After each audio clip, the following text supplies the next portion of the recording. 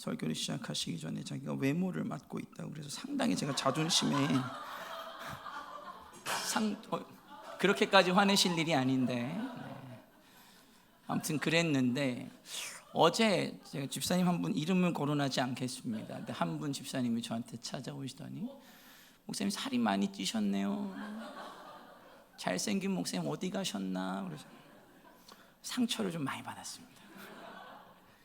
제가 어제 그래서 아내한테 가서 살을 빼야겠다 권고하고 오늘 아침, 점심, 저녁을 다 먹었습니다.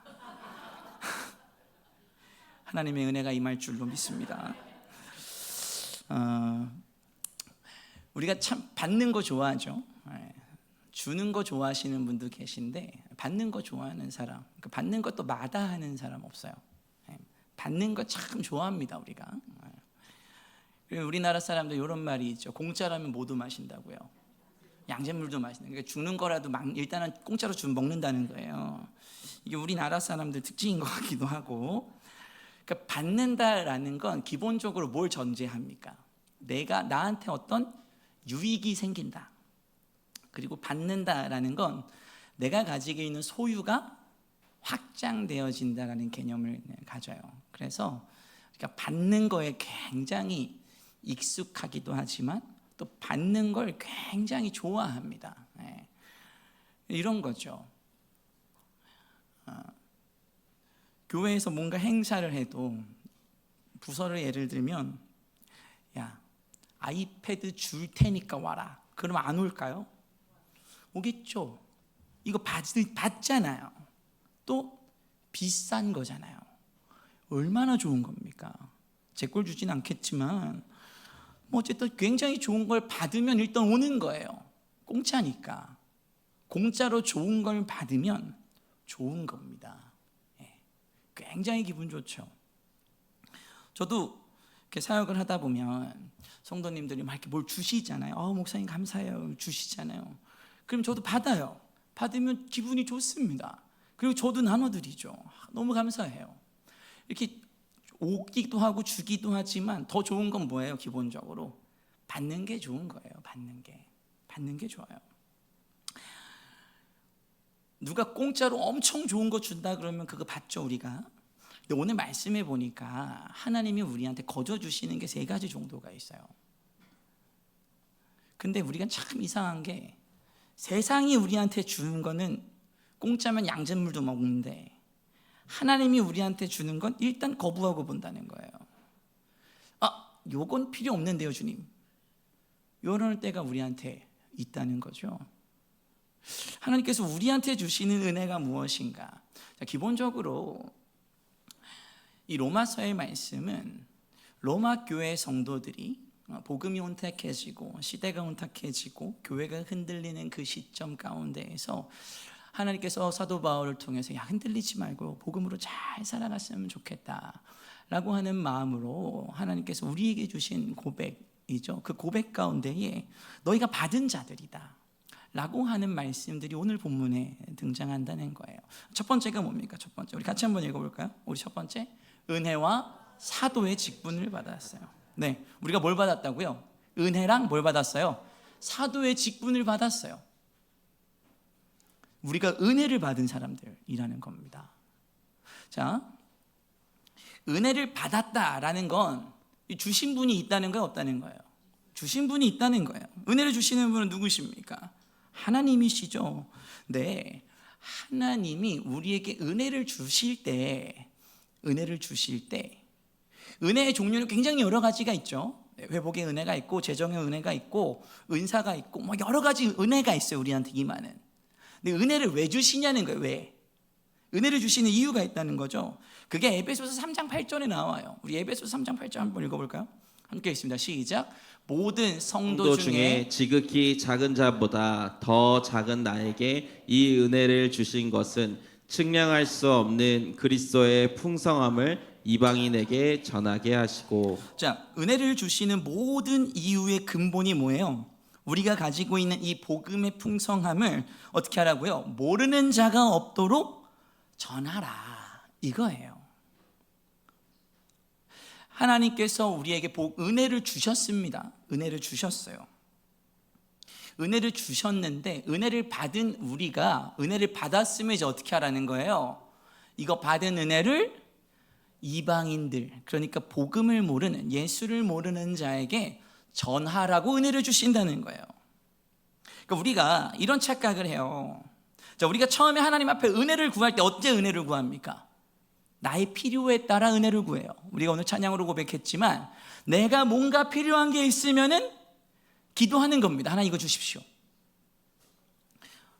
이거 달라고 기도하는 거예요. 그죠? 근데 기본적으로 우리가 이걸 구할 때 누굴 위해 구해요? 나를 위해 구해요. 나를 위해서. 이렇게 우리가 은혜를 구하기 시작하면 우리 하나님이 어떤 정도밖에 되지 않아요? 그냥 우상밖에 되지 않아요. 다른 이방 종교들과 우리가 다를 게 없어요.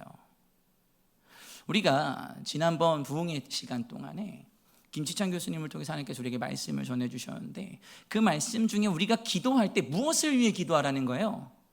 하나님의 나라를 위해 기도하고 그 나라를 위해서 뭘 구하래요? 은혜를 구하래요. 그러면 구하는 모든 것을 주시겠다고 말씀하시죠. 이게 은혜의 근본이에요. 하나님께서 은혜를 왜 주십니까? 우리가 은혜를 왜 구해야 합니까? 우리는 날마다 은혜를 구해야 하는 사람들이에요. 하나님 은혜 없이 못 살죠. 정말 은혜 없이 못 살아요. 여기서 은혜는 제 아내를 말하는 게 아닙니다.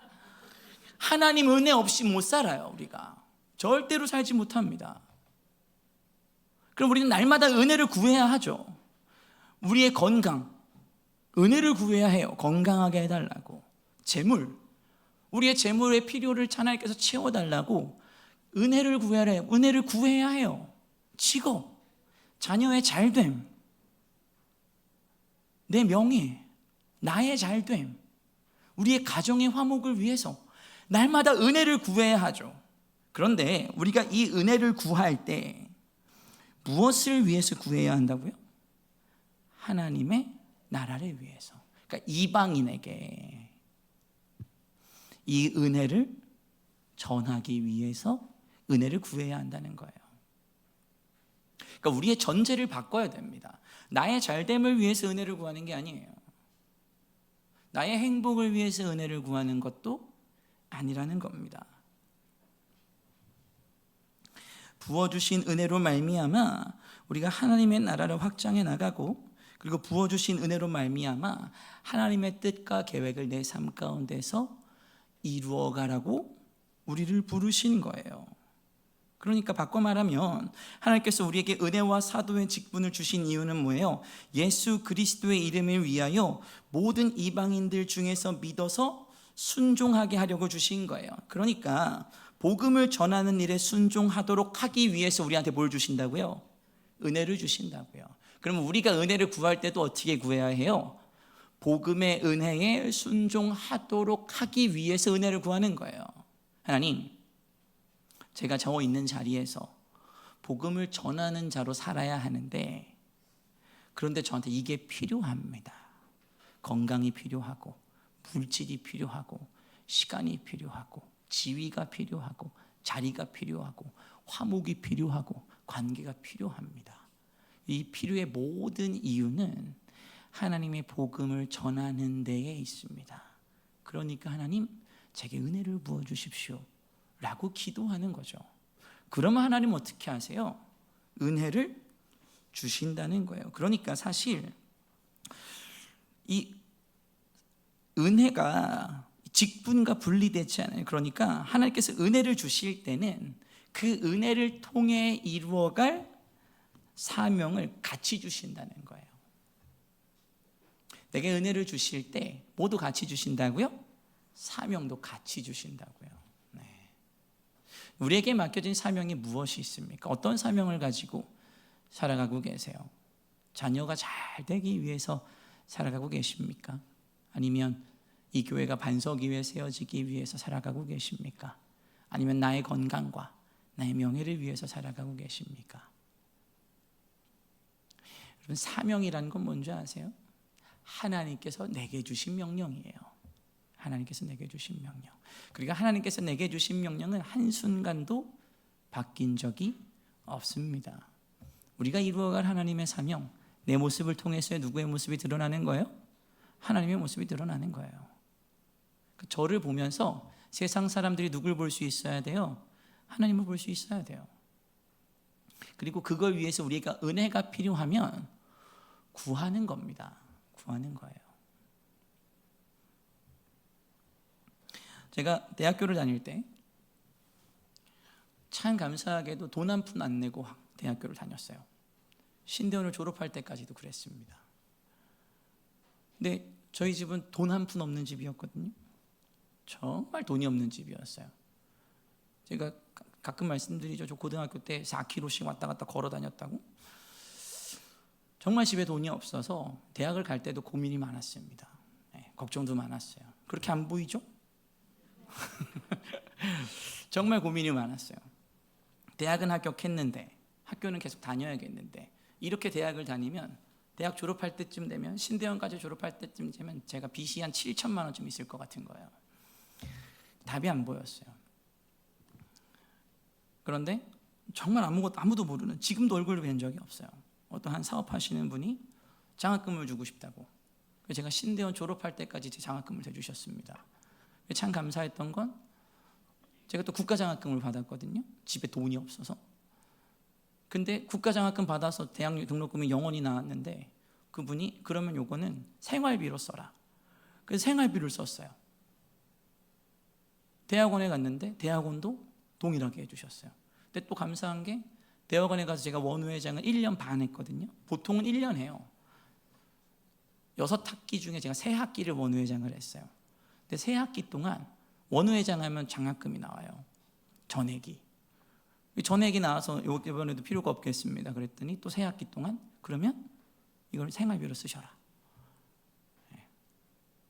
그렇게 됐습니다.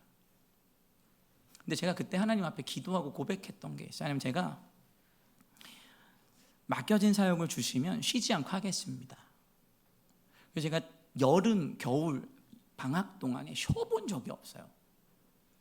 캠프랑 여름 사역이 너무 많아가지고 거기 쫓아다녔어요.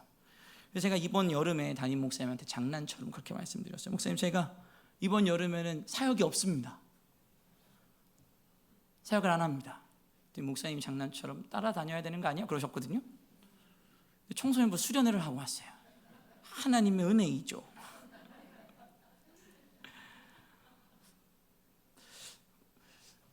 하나님께서 내게 은혜를 부어주시는 이유가 있어요. 은혜를 부어주시는 이유는 무엇 때문에 부어주십니까? 내게 맡기실 하나님의 사명 때문에 부어주세요. 그럼 우리는 뭐 하는 거예요? 불러주신 그 사명의 자리에 충성하는 겁니다. 그러면 하나님이 계속 우리에게 무엇을 부어주세요? 은혜를 부어주세요. 이 은혜의 고백이 저와 우리 성도님들에게 있기를 주님의 이름으로 축복합니다. 또 우리에게 하나님께서 우리에게 주신 게 있어요. 우리가 받은 게 있습니다. 그게 뭐예요? 두 번째입니다. 같이 한번 읽어보겠습니다. 함께 읽습니다. 예수 그리스도의 소유로 부르심을 받은 자. 자, 6절 말씀 같이 한번 읽어볼게요. 로마서 1장 6절의 말씀입니다. 너희도 그들 중에서 예수 그리스도의 것으로 부르심을 받은 자니라. 자, 여기 중요한 게 있어요. 자, 은혜로 부르심을 받은 사람들한테 나타나는 변화가 있죠. 그게 뭐예요? 예수 그리스도의 것이 된다는 거예요. 것이. 이게 중요해요. 그리스도의 것이 돼요. 그리스도의 것이 됐다는 건 내가 이제 누구 소유란 뜻이에요? 예수님 거라는 거예요. 그러니까 내가 그리스도의 소유가 되었어요. 은혜를 받은 사람들은 예수의 사람들이 됩니다. 바꿔 말하면 예수의 사람들에게 임하는 게 뭐라는 거예요? 은혜예요. 그러니까 예수의 사람들이 되면 은혜가 임하고, 은혜를 받게 되면 더 이상 내 삶의 목적이 행복이 되는 게 아니라 뭐가 돼요? 예수 그리스도께서 원하시는 게 된다는 거예요. 그럼 예수 그리스도가 우리에게 원하시는 게 뭐냐? 하나님의 나라와 하나님의 영광을 위해서 살아가는 거죠.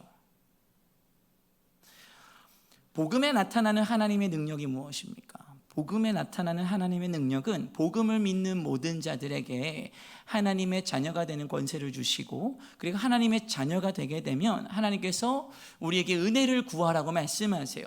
그리고 우리가 하나님 앞에 그 은혜를 구하기 시작하면 하나님께서 구하는 대로 부어주시는데, 구하는 대로 부어주시는 우리에게는 또 어떤 변화가 나타나요? 그리스도의 것이 되어지는 변화가 나타나요. 우리가 그리스도의 것이 되어지면 내게 부어주시는 은혜로 말미암아 어떻게 살 수밖에 없게 돼요? 예수 그리스도의 모양을 따라 살 수밖에 없게 돼요. 이게 복음에 나타나는 능력입니다.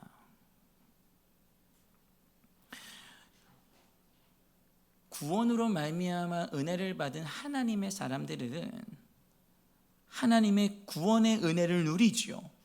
그런데 구원의 은혜를 누리는 동시에 또 누구를 섬길 수 있는 은혜를 누려요? 예수를 섬길 수 있는 은혜를 누리게 돼요. 그래서 예수의 것이 되었기에 이제는 내 뜻이 아니라 누구 뜻에 따라 살아가기 시작해요. 하나님의 뜻에 따라, 예수 그리스도의 뜻에 따라 살아가게 되는 거죠. 그럼 예수의 뜻에 따라 살아가는 건 어떻게 살아가는 겁니까? 예수의 뜻에 따라서 살아가는 거. 그건 뭐예요? 예수님 오셨을 때 예수님이랑 같이 할 만한 거 하면서 사는 거예요. 예수님 오셨을 때 예수님에게 권할 만한 삶을 우리가 살아가는 겁니다. 성경 열심히 읽고 있는데 예수님 찾아오셨어요. 우리 뭐 할 수 있어요? 이거 예수님한테 같이 하자고 할 수 있어요. 예수님 이거 같이 하시죠. 말씀 같이 읽으시죠. 이거 할 수 있죠. 기도 열심히 하고 있는데 예수님 오셨어요. 그럼 어떻게 하는 거예요? 같이 하자고 하는 겁니다. 그런데 만약에 우리가 고스톱 막 치고 있어요. 근데 예수님 오셨어요. 예수님 같이 하시죠. 저는 5고입니다. 이 됩니까 안 됩니까? 술을 막 마시고 있는데 예수님 오셨어요. 예수님 한 잔 같이 하시죠. 예수님의 몸된 피입니다. 그러면서 막 마시고 이게 안 되는 거예요. 여러분, 우리가 그리스도의 것이 되었다라는 건 뭘 뜻해요? 내가 날마다 영적으로 성숙해져 나가야 된다는 걸 뜻합니다.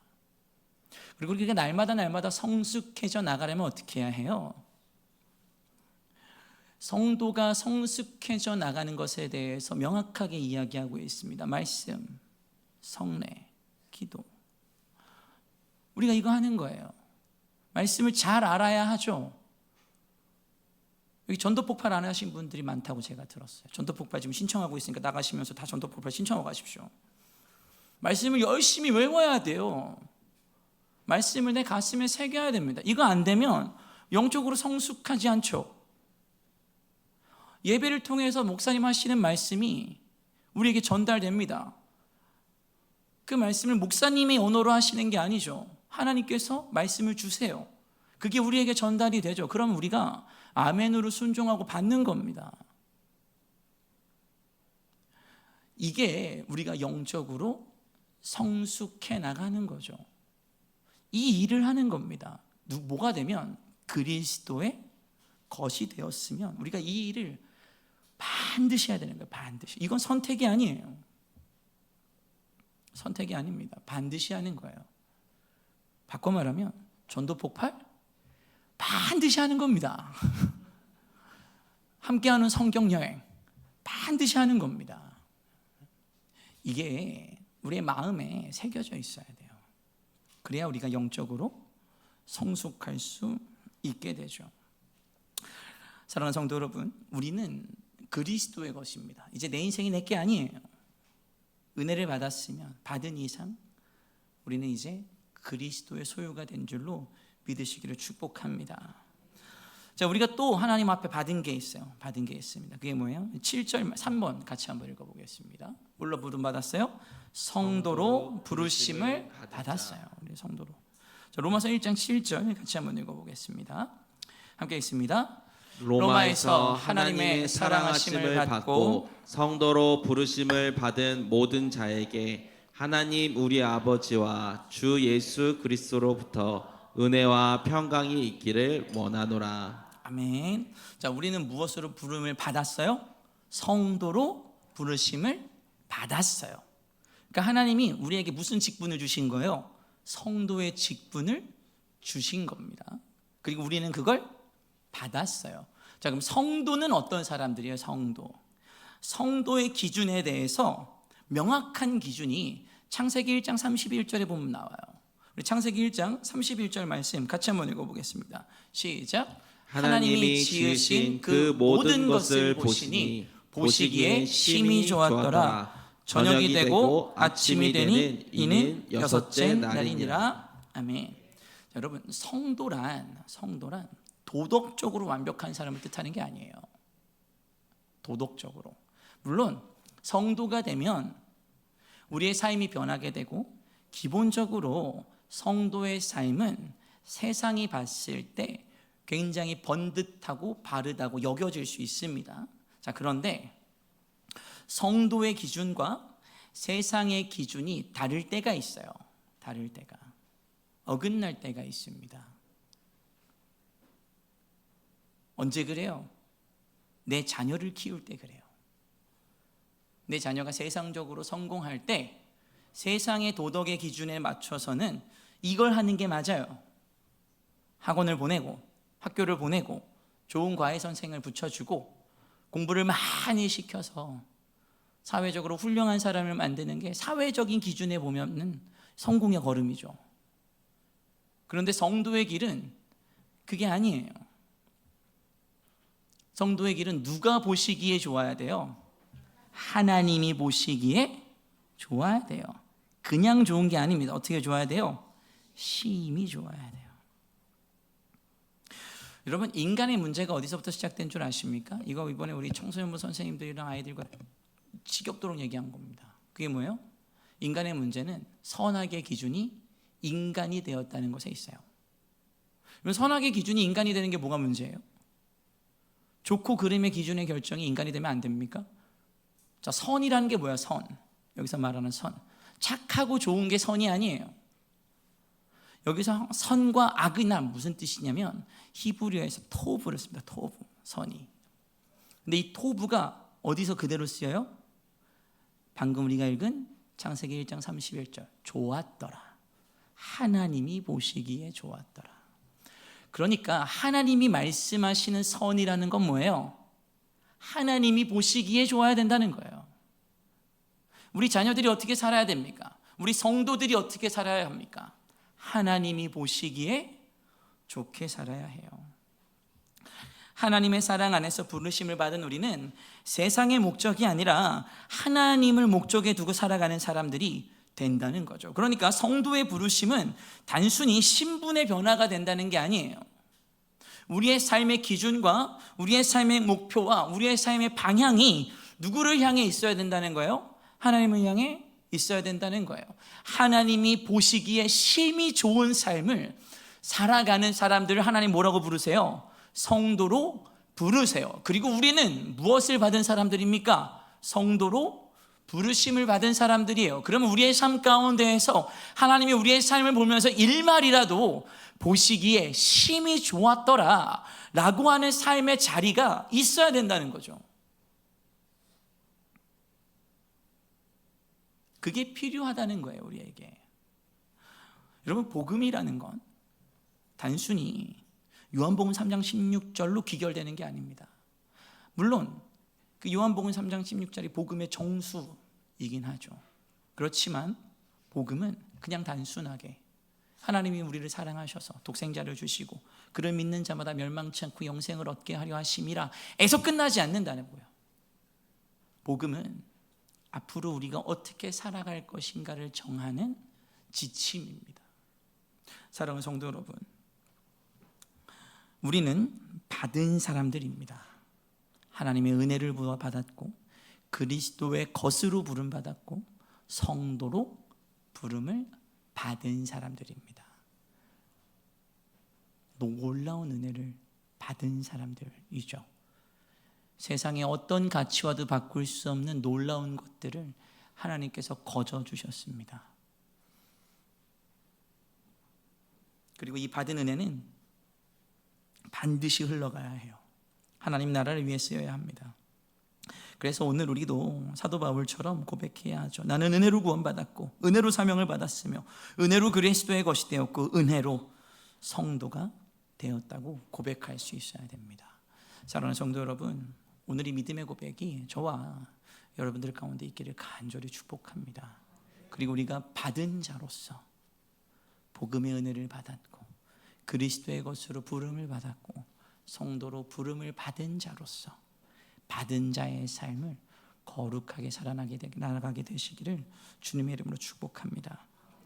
우리 시간 말씀을 기억하면서 함께 찬양하기를 소망합니다. 하나님께서는 우리를 부르셨습니다. 그리고 부르신 그 자리에서 그곳이 어디이든지 하나님의 자녀로서의 삶을 살아가기를 소망하는 마음으로 시간 함께 찬양하며 나아가기를 소망합니다.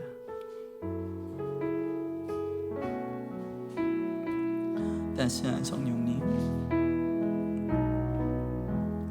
따스한 성령님,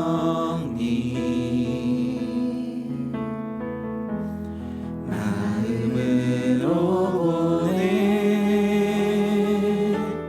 내 몸을 감싸며 주어지는 평안함,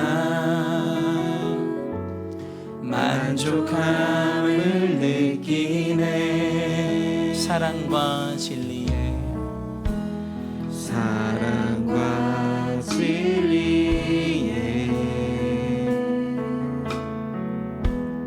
한 줄기 빛 보내 내 몸을 감싸며 주어지는 평안함, 만족함을 느끼네. 부르신 곳에서 나는 예배하네. 어떤 상황에도 나는 예배하네. 부르신 곳에서 나는 예배하네. 어떤 상황에도 나는 예배하네. 처음부터 고백하며 나아갑니다. 따스한 성령님, 따스한 성령님, 마음으로 보내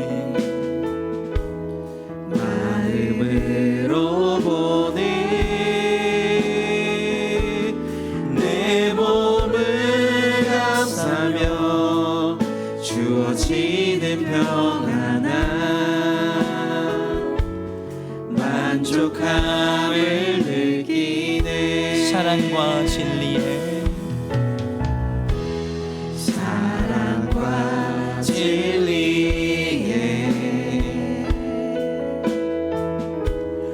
한 줄기 빛 보내 내 몸을 감싸며 주어지는 평안함, 그 사랑을 느끼네. 그 사랑을 느끼네. 함께 고백합니다. 부르신 곳에서 나는 예배하네. 어떤 상황에도 나는 예배하네. 부르신 곳에서 나는 예배하네.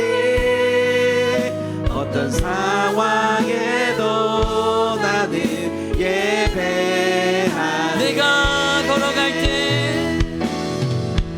내가 걸어갈 때 길이 되고 살아갈 때 삶이 되는 그곳에서 예배하네. 내가 걸어갈 때 길이 되고 살아갈 때 삶이 되는 그곳에서 예배하네. 내가 걸어갈 때 길이 되고 내가 걸어갈 때 길이 되고 살아갈 때 삶이 되는 그곳에서 예배하네. 내가 걸어갈 때 길이 되고 살아갈 때 삶이 되는 그곳에서 예배하네. 부르신 곳에서 나는 예배하네. 어떤 상황에도 나는 부르신 곳에서 나는 예배하리. 어떤 상황에도 나는 우리 한 번 더 믿음으로 고백하며 나갑니다. 부르신 곳에서 부르신 곳에서 나는 예배하리. 어떤 상황에도 나는 예배하니. 부르신 곳에서 나는 예배하니. 어떤 상황에도 나는 예배하니. 우리 시간 좀 같이 기도했으면 좋겠습니다. 우리는 은혜와 사명의 직분을 받은 사람들입니다. 우리에게 허락하신 이 구원의 은혜를 헛되이 받지 않고 하나님 나라를 세우는 사명에 우리가 순종하기를 소망합니다. 나의 유익보다 복음을 전하는 일을 우선하게 하시고 모든 상황 속에서 우리에게 허락하신 하나님의 사명을 충성스럽게 감당하는 자들 되게 해달라고 시간 하나님 앞에 기도하기를 소망합니다. 또한 예수 그리스도의 소유로서 주님의 뜻을 따르며 내 인생의 주인이 온전히 하나님이심을, 예수 그리스도이심을 인정하고 내 결정과 행동과 모든 것들이 하나님의 뜻 안에서 이루어지며 내 행복이 목적이 되는 것이 아니라 하나님의 영광이 목적이 되는 삶이 되어 성도로 부르심에 합당한 거룩한 삶을 살아가게 해달라고, 세상과 구별된 하나님의 사람으로서 거룩함을 추구하며 살아가게 해달라고, 하나님의 사랑 안에서 부르심을 받은 자로 나의 삶이 주님께 기쁨이 되는 삶이 되게 해달라고 우리 시간 주님 아버지 앞에 함께 간절히 기도하며 나아가기를 소망합니다. 함께 기도하며 나아가겠습니다.